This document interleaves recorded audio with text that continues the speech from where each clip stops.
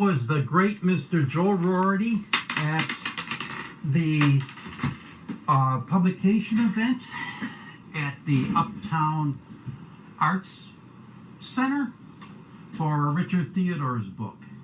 If I can't remember the exact date, if you want to know the exact date, you could go to History of Chicago Poetry and they'll tell you where it is. Let me turn this off because I don't like the way it looks in the background.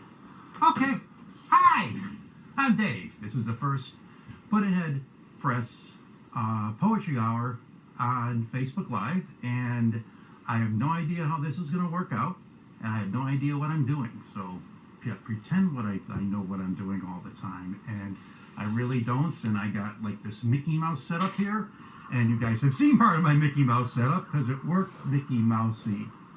And anyways, I'm doing this because I've always wanted to have a safe place.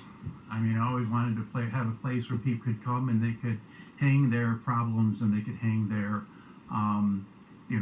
cares at the door. And that's what I hope I'm doing with this. Always wanted to make some place where people could come and hang their crosses by the door, a place where sadness and tragedy cannot penetrate. But this is something that I could do now. And I know that it's a rough time for everybody, and I want to try to keep the poetry scene going. We spent a lot of time together, the poets of Chicago and the writers of Chicago, and the fans of the poets and the writers of Chicago. And I want to keep what we have in the city going, and we could do it if we do it online. There's all kind of neat things going on right now. Eric Yankee got sick the other day, so he had to cancel his Saturday night show.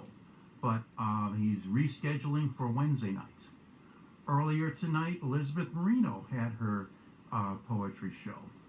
And Ramdan Shumway down in Austin is doing her, did a poetry show. Last night, Saturday night, she did a poetry show. So, I mean, there's lots of stuff going on there and lots of stuff with Chicago flavor on it. If you're not getting our newsletter, send your email address to phbooks@att.net, or you go through our website, puddin'headpress.com or puddin'headpress.net. I kind of prefer you go through the .net because I'm trying to get a little bit more notice for that. I'm eventually going to dump the .com and point everything to the .net. So I'm going to try to do a poetry show. I've done poetry shows before. I never did a poetry show anything remotely like this, and that's going to be very obvious to everybody. And also we got, we're going to have some special guests here, and we're going to have all kind of fun stuff that I never tried before, and we'll see how it works.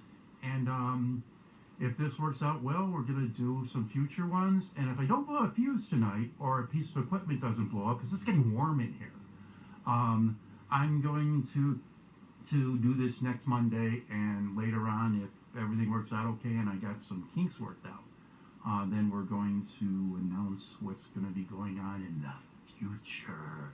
Because everybody, there is a future, okay?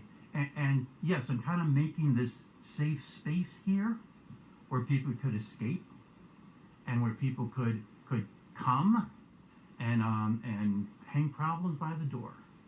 And I'm trying to make this safe space because, things are going to get better.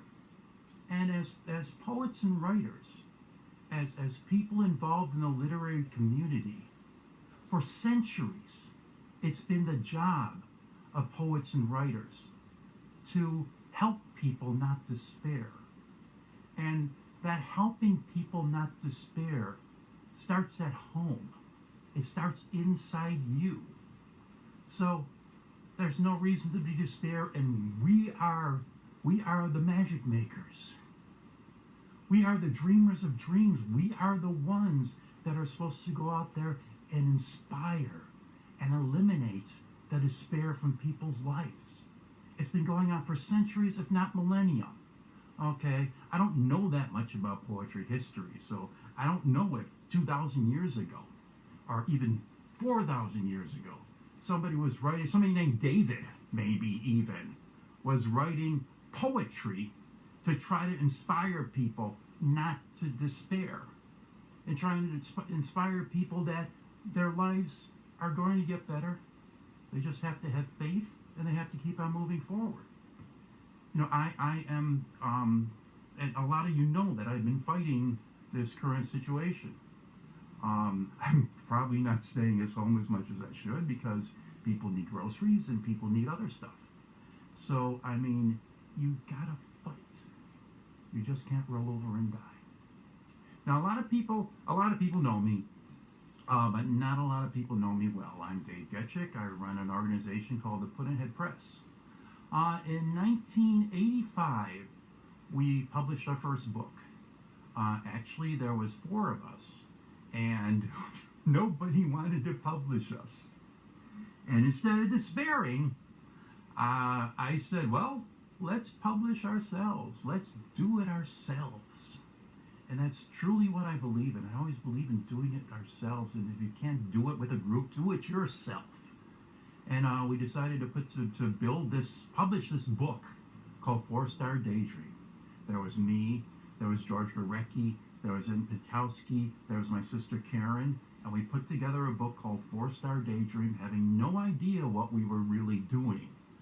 I mean, I read books, I didn't have a YouTube to watch or anything like that, but we came out with the book 4-Star Daydream, had 500 copies printed up, and within a year and a half or so, we broke even on that.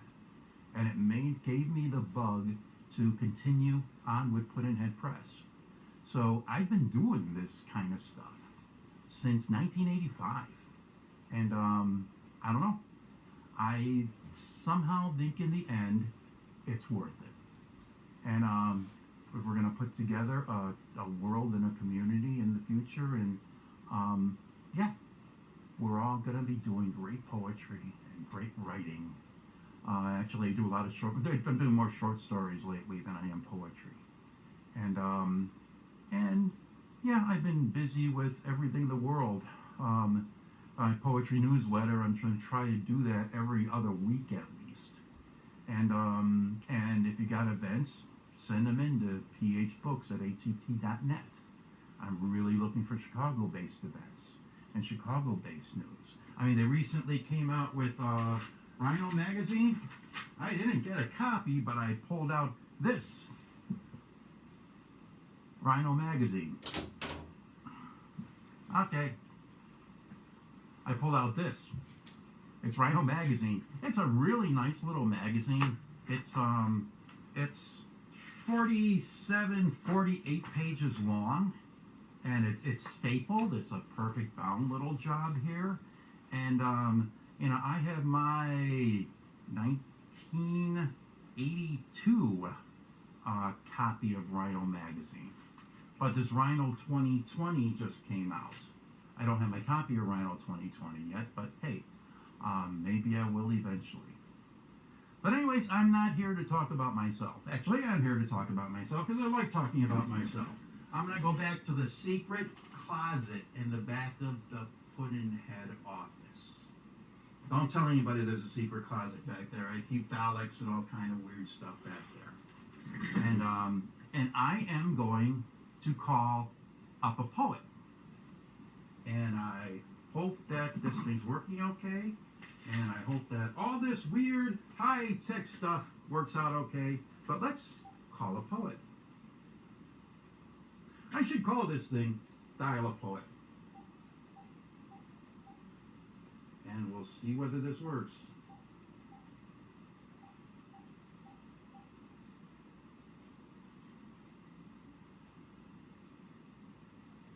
And again, I have to sometimes check. Hi. I'm okay. Can I put you on speakerphone? Okay.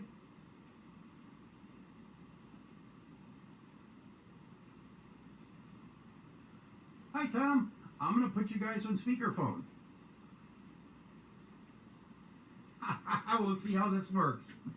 Okay, here we go. We're going to press this. Okay, I want to ask a question too. I'm going to... Okay, you're on speakerphone.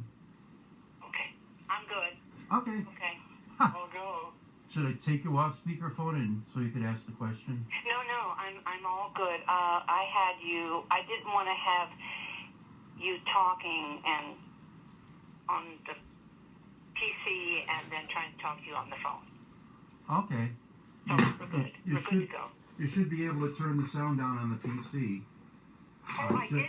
I did, but I don't want competing. You know what I'm saying? So we can see your beautiful face. Wow, I can't see your beautiful face, but I can hear your beautiful voice. Thank you. You guys holding out okay? We are. Yes, we are. And we're very excited about being on your show. This is very cool. Well, you've been published all over the place. I guess. You're probably taking this opportunity. I was just whining tonight about, I haven't been published that much, and then I started to think about it. Yeah. I'm very fortunate. I'm very blessed. Yeah, I have to get my stuff out there a little bit more. Wells Fargo. Okay. The call from Wells Fargo is telling me that I'm my account's overdrawn or something. Oh dear. Okay. So it's Wells Fargo, and what you can tell them, right? This whole thing is really aggravating because there's a delay in what we see on the screen between that and what we're talking about. Yeah, so I understand. I guess there's a 5-minute delay or something like that. So is that long? yeah. Wow. So if you swear, I could yell at you. But this is not public, so we could swear all we want. Okay. Well, I'll try to behave myself. I have a very naughty mouth, but I'll try and behave. Anyways, the outdoor cafe is closed. Yes, unfortunately. I don't know when it will be opening. Unlike your situation, right? It's no different. It's like everybody's situation. Yeah, I mean, I just have to wait, and it'll open when it opens, and it has to. I had even thought about doing some salons, but you know how that is. You can't guarantee appropriate distance there either. No, you can't, and plus, you're opening up your house. Correct. Okay. I mean, it's my pleasure, but I can't guarantee anyone's safety, really. I can't do that. Mm-hmm. I mean, we really shouldn't travel right now. No. It's not something that is impossible to do, but, it's salons are nice. Oh, I really love doing it. It's really always my pleasure. We make, you've been to our salons, so you know. Yeah, I've been to your salons, and you get to sit right there by the author. Yes. You guys serve me food. Yes, and drinks. Don't forget the drinks. Okay. Free. Yeah, free. I mean, free. I really usually I'm looking the author in the eye. When you look an author in the eye, it's hard not to spend money on their book. Yeah, exactly. Now you've done every little part of a literary world and a literary life has every little part has a part. We got open mics, and I love open mics because they're like a gym. Okay, and right now we have all these aspiring poets and aspiring writers that don't have a gym to go work out on. Yeah, and I know you really believe in that, and so do I, and that's why at our poetry event, you like it yours. I mean, we always have a featured poet, we always have a featured musician, and we have an open mic, and we really believe in an open mic. Mm-hmm. We really feel that's extremely important. But there's also for everyone. There's also things like the Rhino has a great workshop that they do. Yes, they do. Up at the Evanston Library. They really do. Yeah, it's superb. And it's also very well attended. I mean, I really like that about the Rhino thing up there. Helen used to run that. By the way, to tell you, I just received the Rhino book. It's really excellent. Well, I got mine. Yeah. The staples are fine. Yeah, it's really a fine one. It really is. And then I pulled out my 1996. Hey, you know what? And my 1999. Too. What? I think I have one as well. I might have sold you a 99 because somebody which wound one up with a bunch of copies of it. It's very. Okay. It's what very. Year are those? I got a 96 and a 99. I forgot you can't see me. Yeah. No, I can see you. I I wasn't able to catch the book, Okay. the year. But but there's all these different parts that go into, and what you guys have done. You guys have done a lot of workshops in schools and stuff like that too. It was schools and even in a convent we did one, which was fun. What's your favorite part? Oh, you know what? Every part of it. I mean, just the interaction, seeing what happens. It's always a surprise, right? We had one, though, through Poets and Patrons, where, as you know, Poets and Patrons, they send you their work ahead of time. So you, the workshop leaders, can look at the work and then bring it in and then talk about it.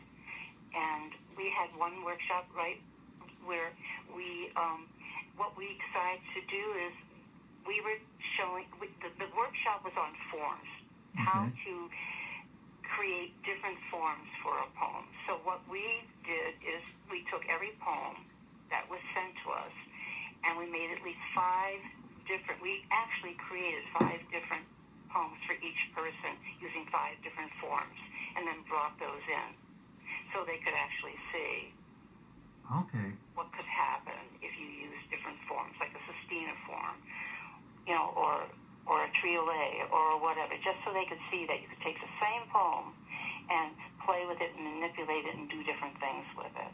I went to your workshop on poetry noir. Oh, noir. Well, that's my favorite, you know. When you were doing this book, Sliders. Yeah. Okay. I mean, I first saw your written work when you were doing Lute. Yeah. Okay. And then we got Floating Words. And then we got Floating Worlds. And Scarbo. Right. Floating Worlds. And then Scarbo was next. And then the second edition of Scarbo. And then Sliders. And Sliders, you know, I was thinking about influences and how we're all in.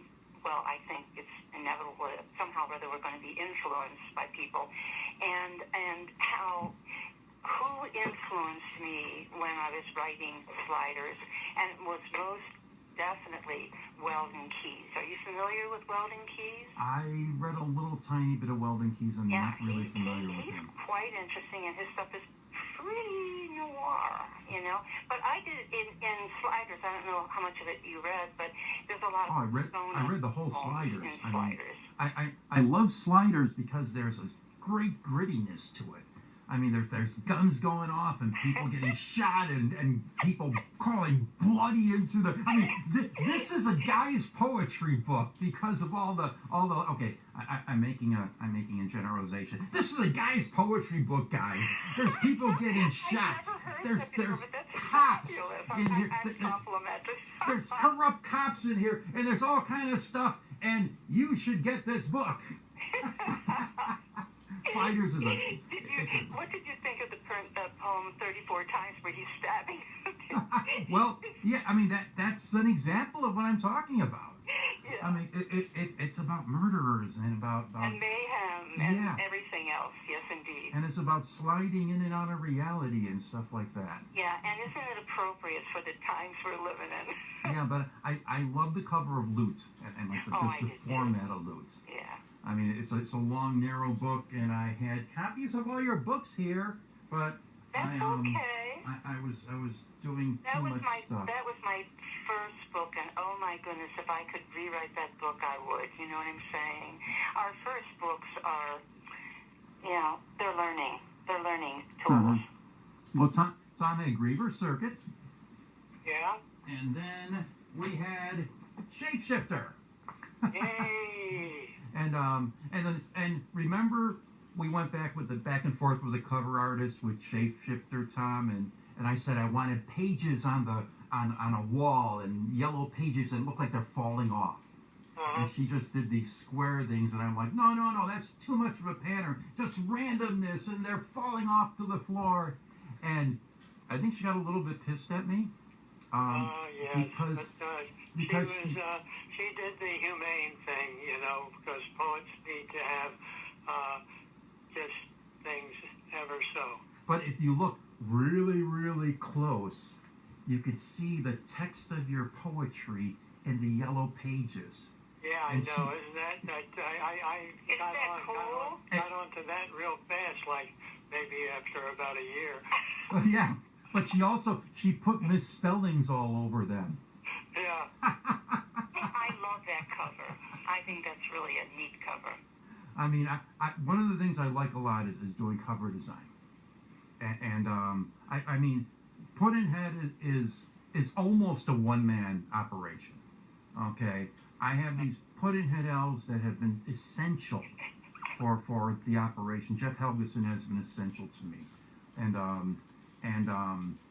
don't know. My friend Judy has been essential in design of the covers, and the poets have been essential to me because the poets are great. And you guys are great. Thanks for being on my show, the first one. Yeah, our pleasure. So we don't know about one thing I've always really respected of you from the Outdoor Cafe. You had a lot of, probably 75% of the performers you had there. Now you just didn't have poets there. Okay. You also had, every show you had a poet, you had a musician. Correct. Okay. And you always bought a book of the poet. Always. That was performing there. Always, always. And in fact, if they brought all their books, I mean, for instance, if they had 5 different kinds of books that we had published over a period of time, I bought all of them. And you bought all of them, and then you had a thing called Janine's Poetry Review. What Yes, was? I on your list. Yes, that's true. I forgot about that. Yes, I do very modest little reviews. I don't consider myself brilliant in the review department, but I try to do my best to promote the books of poets that are in Chicago and elsewhere whenever possible in my own small way. And it's been a pleasure to review people. Mm-hmm. I've been doing this thing called the Chicago Poetry Book Review. And it's not really on Facebook, and it's not really a book review. I just wind up posting, and I would like to post a different Chicago poetry book every day, but it hasn't, it's hard to do that. Sure. And I'm always hoping that people actually go on that Facebook site and make comments and do their own reviews. I mean, if you want to do a review of a poetry book, go to Chicago Poetry Book Review and find it, including Sliders. Okay, and you could go and review Sliders if you want. Right. I know Leonard Lund did a review of Sliders. Mm-hmm. He did a really beautiful job too. And you know what, Dave? That's a great idea. I hadn't thought about that. I will definitely go on there. No, that's the purpose of it. And I would, whenever you posted one of your reviews on Facebook, I would repost it there. Oh, thank you. Well, okay. wow. I don't know if you noticed that. I haunt Facebook and I steal stuff from people. Don't tell anybody. Stealing is a good thing. That's how we learn. Stealing? Do you steal from other poets? Stealing. I don't know that I would use that word. I would say I'm influenced by other poets for sure.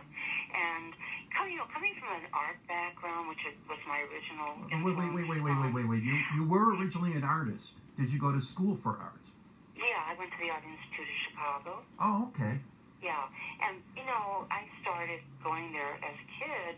I won my parents were poor, but I won scholarships to the Saturday School.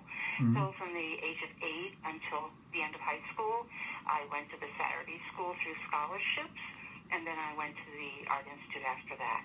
And one of the things I realized is the power of influence. Like, you would study the power of influence. Well, he stole from El Greco like crazy. Uh-huh. I mean, and all of the artists were influenced by other artists. Van Gogh was influenced by Malay.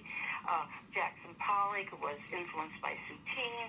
I mean, influence is very important. That's how we learn. Okay, who are you influenced by? Oh, God, you want a list of the people I really influenced okay, by? give me 5 influences. I'll give you a few. Give me I 5. adore Lorca. And Okay. I'm talking the older artist Jack Spicer, which some people may know of. Of course, Rilke. I adore him. Jack Gilbert. I really think his poetry is really interesting.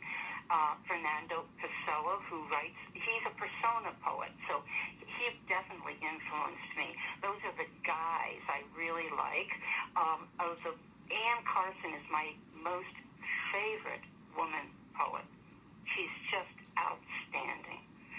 And I can think of other people, Ezra Pound, of course, as, you know. You just named some poets like Spicer. His work is really hard to find. Really? Yeah. Oh, I have all of his books. You know, I was really influenced by David Ignato, and okay, I don't even know if I've ever read. yeah, I mean that's the thing. It's there's these poets that have inspired me and probably inspired all of us, and it's so there's so many people that haven't read them. I mean, this guy here, There's so many John poets. Dixon, is an inspiration to me.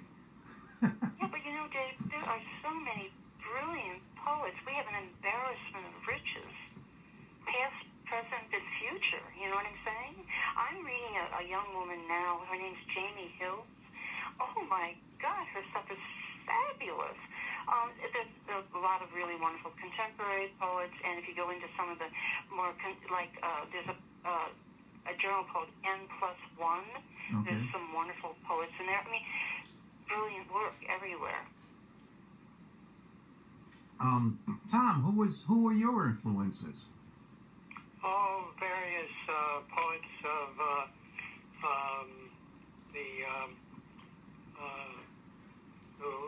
whose books I can afford. You asked me this yesterday, and I went and scrabbled through my piles of books and came up with Walter Delamere. Okay. Remember Walter Delamere? I don't. British. He's a British poet. Very he wrote poems for children and horror stories. He was very versatile. But what I like him for is the music of his poetry is very seductive, and he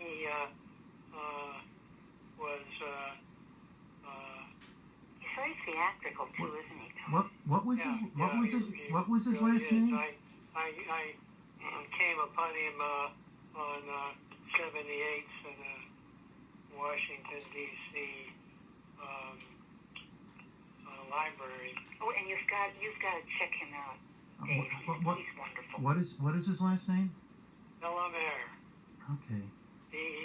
Delamare. Okay. I mean, Listeners was a famous poem of his, and he was one of these guys who was really big in his day, and still deserves to be big, but He's kind of camp, though, in his own way. I mean, not so much camp. I think he could put up a camp, maybe. Well, we've talked. If you run into him, let me know. Okay, we've talked before about what poet in Chicago has the best poetry library, and I know, Janine, you've been very supportive of every poet you've met, and have you gone out and bought their books? I have a few books. Let me put it to you like that. There was a poet who died like about 10 years ago, and through some weird stuff, I inherited like a 6,000 poetry book collection. Get out. Yeah. 6,000? Yeah, so I got 6,000 books from him. And I can't beat you there. That's amazing. And I know Hugh Schwartzberg has an awesome collection, and Carlos Cupian has a good collection, I heard too. but someday, and also there's the Read Write Library. Yes, and Okay. yes, the Read Write has a whole collection of Al Shinova's After Hours, you realize. Yep. And they've been and that's one of my they used to be my slam mistress when I had my Oak Park poetry show Oh, really? with the kids. Yeah, Interesting.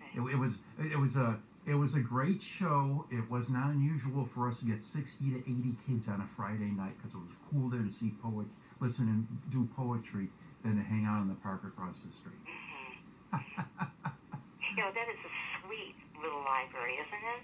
I love the Oak Park Library. But I'm talking about the Read Write. Yeah, the Read Write Library. Yeah, is. right. That is really sweet. And Nell could always use help with anything. Nell Taylor is there's that lit 50, the 50 greatest literary people in Chicago. That new CD comes out, and Nell has made it a couple years in a row. I mean, she's really making a mark on the city, especially with the younger kids. I just never That's have. important. We need them. Yep, I just never have time to go and share in what she's done. I've been there for a couple events, but not enough. So, can you both read us a poem? Yes, I think we can. Would you like to start here? Sure. And I'm going to do some weird work while you guys are doing that. Weird work? Okay. Yeah, some sneaky stuff. All right. I'm going to do sneaky stuff. Here's a poem I thought would be good. Morning Song. I mourn the dawn of day before the sun gets up, when the last city lights glow faint in night's hill, where your shadow still clings to the limbs of the elms, but soon will be lost in the morning's orange chime.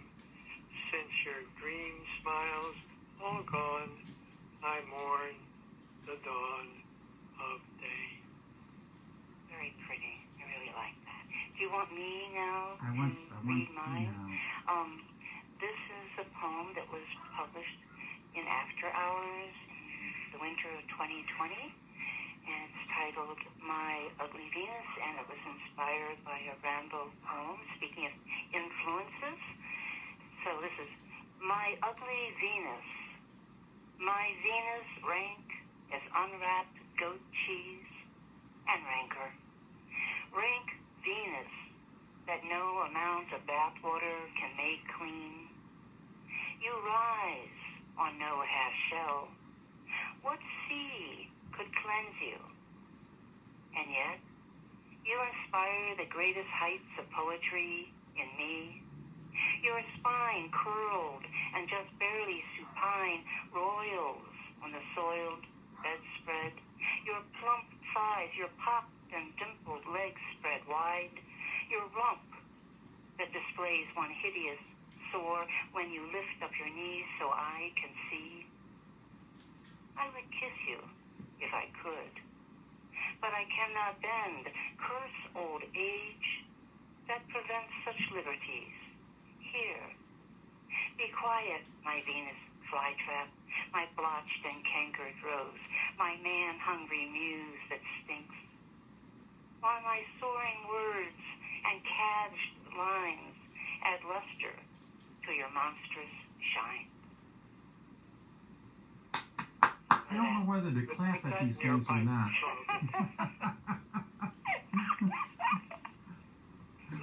Well, I'm having a problem doing part 2 here.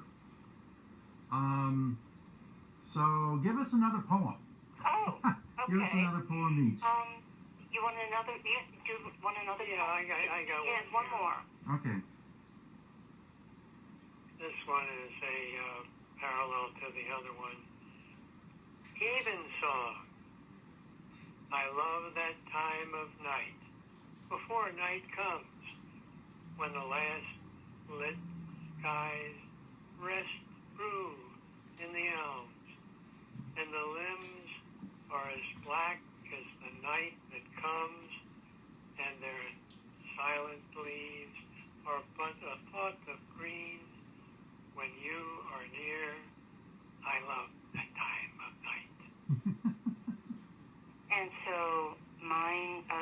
influenced by a Rambo poem, a very, very long poem that I certainly truncated and made very different. But it's titled My Dear Ophelia. My dear Ophelia, I assure you that you are quite dead. You float like a wrinkled thumb, wind-kissed with rue downstream. You drift and drift and drift. A bit of driftwood in some poor poet's dream as those white, white veils trail behind you seaward. What liberty, then? What noise? 1,000 stars ring out above you. They are celestial bells that hang from silken cords. The cries of 1,000 lunatics let out of lunatic wards. The crazy songs of strange young boys with infinite eyes. And it's true. Each star dies for you, each one. And all those young boys that we put into earthen jars. What a waste of words and stars, Ophelia. You are quite dead. That's the end of that. Okay. How important do you think it is to read other people's poetry? Read other people's poetry or be influenced, or both? Both. Okay. Well, I think you know, because we've had this conversation before, I think it's extremely important to understand what's gone before, to understand your legacy, what's been left to you.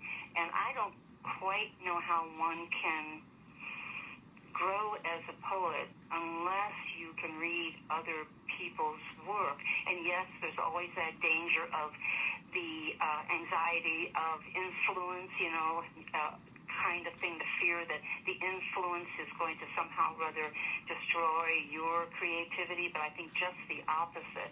I think it's very important to, in fact, be influenced, be under the spell, and learn what really fine poetry is so that you can grow and become a better poet and maybe surpass the poet that you admire or poets that you admire.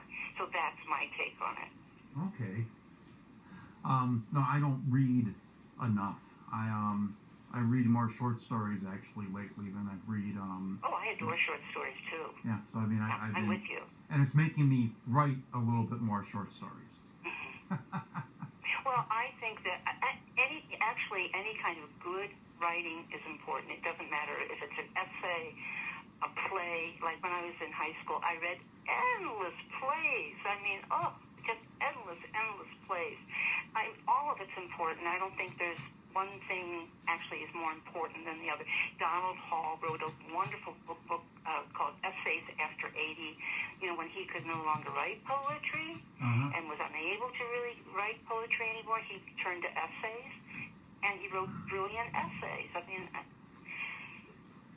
there's all kinds of ways of writing and appreciating writing. Mm-hmm. Hold on for 1 second. Sure.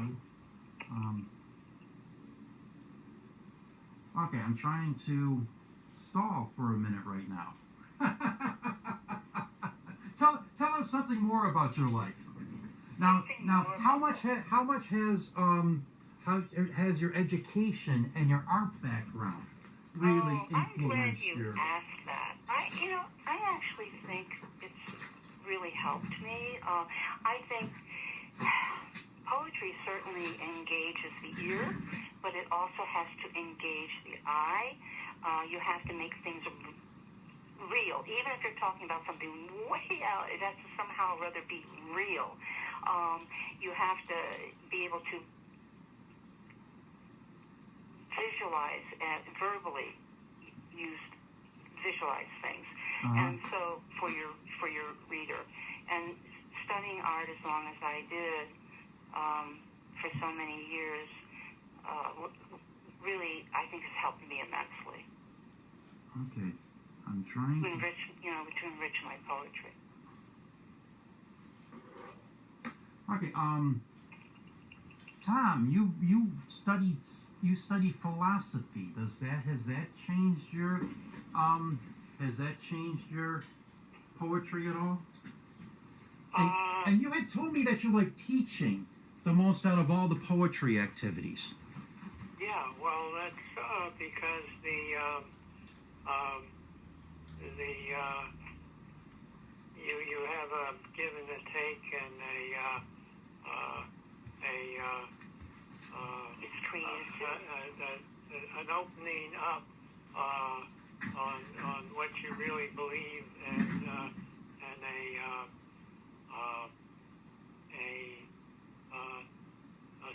sense of what the person you're talking to is worth considering, and not simply a walking argument that you want to knock down. And so the I think philosophy um,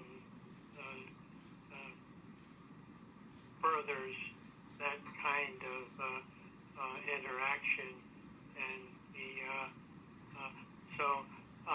that's also the value, I think, of the parallels, teaching by parallels, where you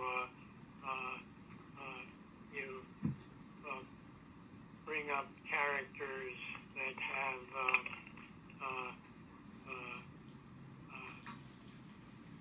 very much like the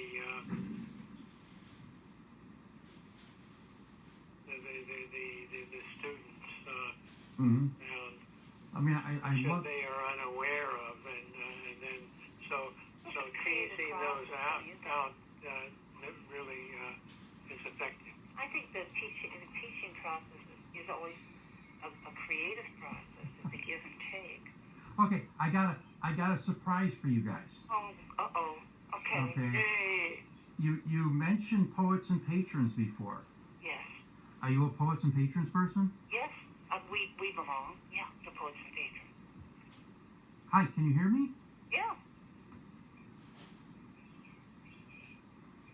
There's Hi. someone on the screen that's There's- shushing up. Hi, you can hear me? I can hear you. Oh yeah. Okay, here. Now we're gonna try to do this, and this has Okay. never been done in Chicago poetry before. Yay! Okay. We have a visitor. Oh, who's the visitor? We have Carolyn Johnson. Oh, hey. Hi, Carolyn.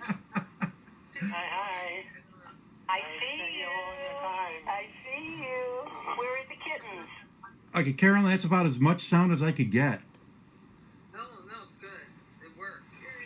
What is there? It worked, but turn your radio down. So I don't have a radio. okay, I don't know who it is. I don't have anything on either. Not a problem here. okay. Tell us a little bit about poets and patrons, and say hi to my friends Tom and Janine. Yeah, Tom and Janine, they are Hi. faithful members. They every year they pay their dues for poets and patrons, which is just $20, and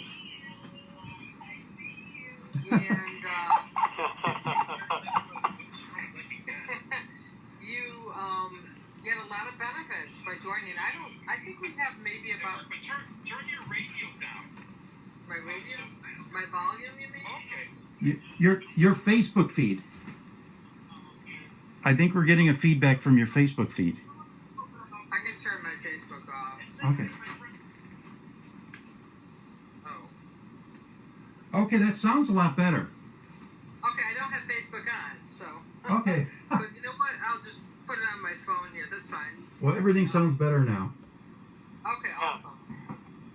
So you holding out in this vast wasteland out there?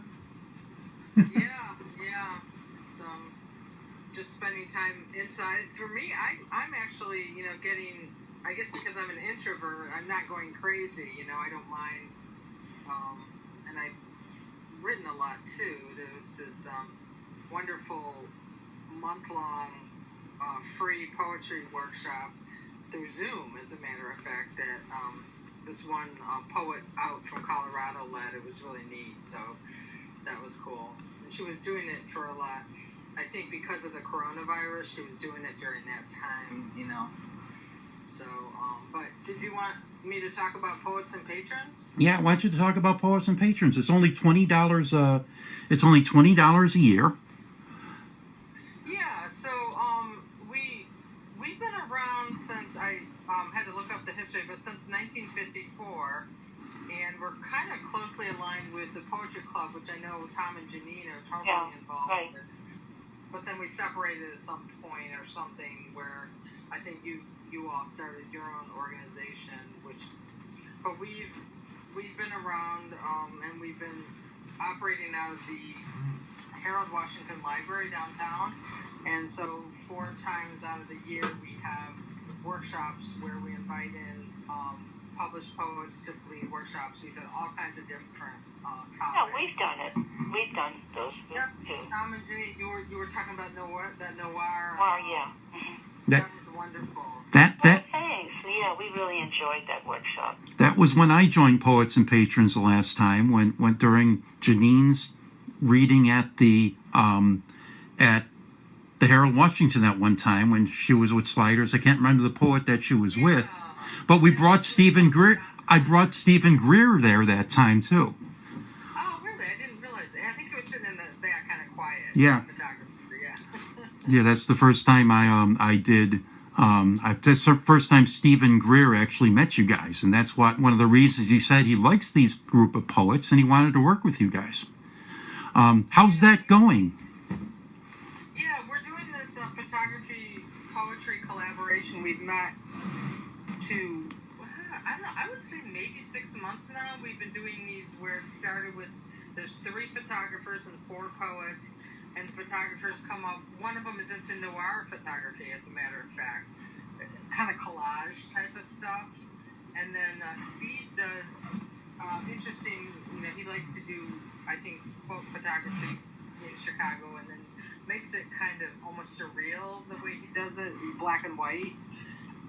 And then we write poems based on the photos. They do photos based on the poems, and we're going to have an exhibit at the Perspectives Gallery in Evanston, and then also hopefully at the Cliff Dwellers. Wow, that's cool. Yeah, it's really cool.